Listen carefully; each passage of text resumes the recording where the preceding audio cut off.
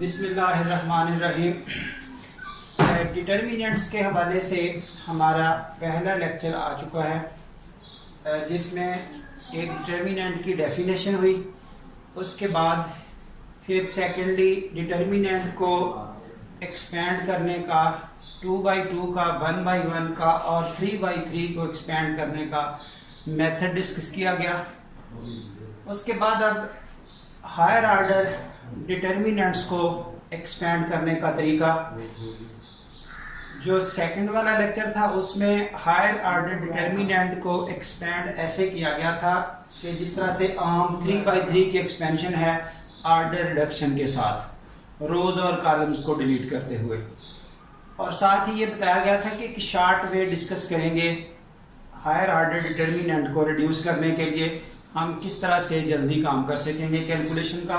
तो उस हवाले से ये शॉर्ट वे एक्सपेंशन का बताया जा रहा है हायर ऑर्डर के लिए, जिसमें उसी एक्सरसाइज 5.1 का क्वेश्चन नंबर 4 उसका सेकंड पार्ट लिया जा रहा है। ये डिटर्मिनेंट 4/4 का सामने है। यहाँ पर हमें यह देखना है कि जिस रो या कॉलम में, इतनी बात तो तय है कि किसी भी रो से या किसी भी कॉलम से डिटर्मिनेंट को एक्सपेंड कर सकते हैं। हमें वो रो या कॉलम सेलेक्ट करना है जिसमें ज्यादा से ज्यादा जीरोज आ रही हो। अगर कहीं ज्यादा से ज्यादा जीरोज मौजूद नहीं हैं तो फिर ज्यादा से ज्यादा जीरोज क्रिएट की जाती हैं। और उस हवाले से ये नेक्स्ट क्वेश्चन नंबर 4 का 5th पार्ट बताया जाएगा कि जीरोज क्रिएट कैसे की जाएंगी। जो ये वाला पार्ट है इसमें हमें जीरोज ज्यादा से ज्यादा रो नंबर 3 में पहले ही मिल चुकी हैं, इसलिए हमें फर्दर कोई और काम नहीं करना। सो रो 3 से एक्सपेंड किया जा रहा है। तो रो 3 में जब हम इस एलिमेंट की बात करेंगे तो एक रूल बताया गया था -1 की पावर I प्लस जे। आई रो का नंबर होता है, जे कॉलम का नंबर होता है। यहां वो अटैच करना है तो ये रो नंबर 3 कॉलम नंबर 1, सो 3 + 1 ये सिंबल अटैच करने का तरीका होता है। वैसे डायरेक्ट बताया गया था प्लस माइनस प्लस अल्टरनेट जैसे चलाया जाता है। उसके बाद वो रो 3 का एलिमेंट लिखा। अब इस -2 की रो डिलीट कर देनी है, इस -2 वाला कॉलम डिलीट कर देना है। जो रिमेनिंग रिजल्ट है वो आपने आगे लिख दिया। जो फर्दर इस रो 3 से एक्सपेंशन थी ना, यहां आना था -0 प्लस का 0 फिर -0 इनटू समथिंग, इसने सब कुछ को 0 कर देना है, इसलिए ये चीजें लिखने की जरूरत नहीं पड़ती। ये तरीका है कि उस जैसे लास्ट डे बताया गया कि 4/4 के डिटर्मिनेंट की जब एक्सपेंशन हुई तो 3/3 के 4 डिटर्मिनेंट बने, लेकिन यहां पर बस एक ही बना। जीरोस का ये फायदा है। उसके बाद अब इस -1 की पावर 4 खत्म हो गया, -2 एज इट इज मौजूद है, ये -2। और अब इस सेटअप को एक्सपेंड किया गया जैसे 3/3 का डिटर्मिनेंट हम एक्सपेंड करते हैं। तो इसकी अब फर्दर डिटेल नहीं बताई जा रही। तो यहां से सिंप्लीफिकेशन करते हुए ये आपकी आउटपुट आ चुकी -2, ये यहां पर भी -2 और अल्टीमेटली ये प्लस का 92 आपका सोल्यूशन हुआ। हाँ जी, अब एक पार्ट और, इसमें 4th से भी हायर ऑर्डर ले लिया गया, 5th ऑर्डर। तो 5/5 की एक्सपेंशन के लिए जाहिर है अगर हम एक्सपेंड करने का नॉर्मल तरीका ढूंढेंगे तो लेंथ इतनी ज्यादा बढ़ेगी, कम से कम आधा घंटा लग जाएगा। यानी कि इसके पहले 5 डिटर्मिनेंट बनेंगे 4/4 के, फिर आगे हर 4/4 के 3/3, फिर आगे 3/3 को 2/2। इस तरह लेंथ इतनी ज्यादा हो जाएगी जिसको फिर कवर करना मुश्किल हो जाता है। अब उस लेंथ को कंट्रोल करने का तरीका इनके शॉर्टली हमें कैसे डील करना है।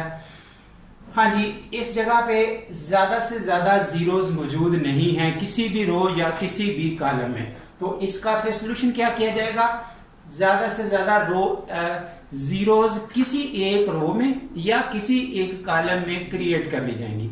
जैसे हम एचिलॉन फॉर्म बनाने के लिए वर्किंग करते हैं, तकरीबन उसी तरह का ये सेटअप है। हाँ जी, फर्स्ट रो में 1, इसके नीचे तमाम जीरोज कर दिए जाएं।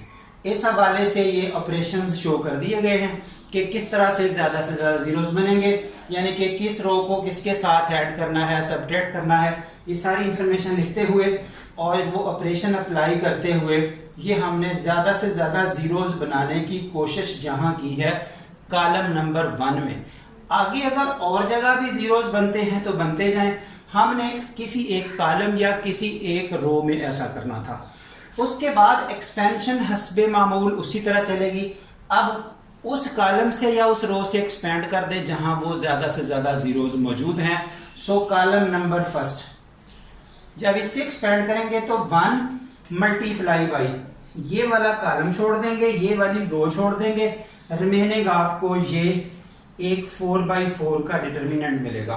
वो आपको 4/4 का डिटर्मिनेंट नजर आ रहा है। यहाँ 1 लिखने की वो जरूरत नहीं है, 1 सिंपल मल्टीपल था। आगे उसी तरह से 0 0 0 जब लिखेंगे तो वो फर्दर वाला पार्ट यानी कि ये 0 ये 0 ये सब ऐसे ही खत्म हो जाने हैं, इनकी वर्थ यहाँ मौजूद नहीं होगी, इसलिए जस्ट ये रह गया। एक यहाँ पर एक प्रॉपर्टी भी लगाई जा सकती है कि अगर किसी एक कॉलम में कंप्लीट जीरोस हों या किसी एक रो में कंप्लीट जीरोस हों तो उस डिटर्मिनेंट का आंसर 0 होता है। तो इस वक्त कॉलम नंबर 3 आपके पास कंप्लीटली जीरोस के साथ आ रहा है, इसलिए इसका रिजल्ट डायरेक्ट 0 लिख सकते हैं। या फिर अगर हमें कहीं ऐसी पोजीशन ना मिले, मे बी अगर हम कोई और 5/5 का या हायर ऑर्डर का डिटर्मिनेंट एक्सपेंड करें, हमें इस तरह का स्ट्रक्चर ना नजर आए, सारी जीरोस ना आए नजर, तो देन फिर ये देखिए ऐसे ही इस 4/4 को फर्दर कैसे अंडर वर्किंग लाया गया, कैसे ज्यादा से ज्यादा जीरोस बनाई गई। अब देखिए -2 2 -2 0 इसी कॉलम में फिर से जीरोस बनाई जा रही है। इस रो में भी जीरोस बनाई जा सकती थी, लेकिन कॉलम वाइज जरा काम करना आसान है क्योंकि हम एचिलॉन फॉर्म में ज्यादातर काम इसी तरह कॉलम वाइज ही करते आए हैं, इसलिए इधर को ही वर्किंग हो रही है। अब इस -2 के नीचे ये भी 0 ये भी 0 कैसे किया जाएगा, ये आपके पास रो ऑपरेशंस नजर आ रहे हैं। वो रो ऑपरेशन अप्लाई करते हुए आपने 3 जगह जीरोस क्रिएट की।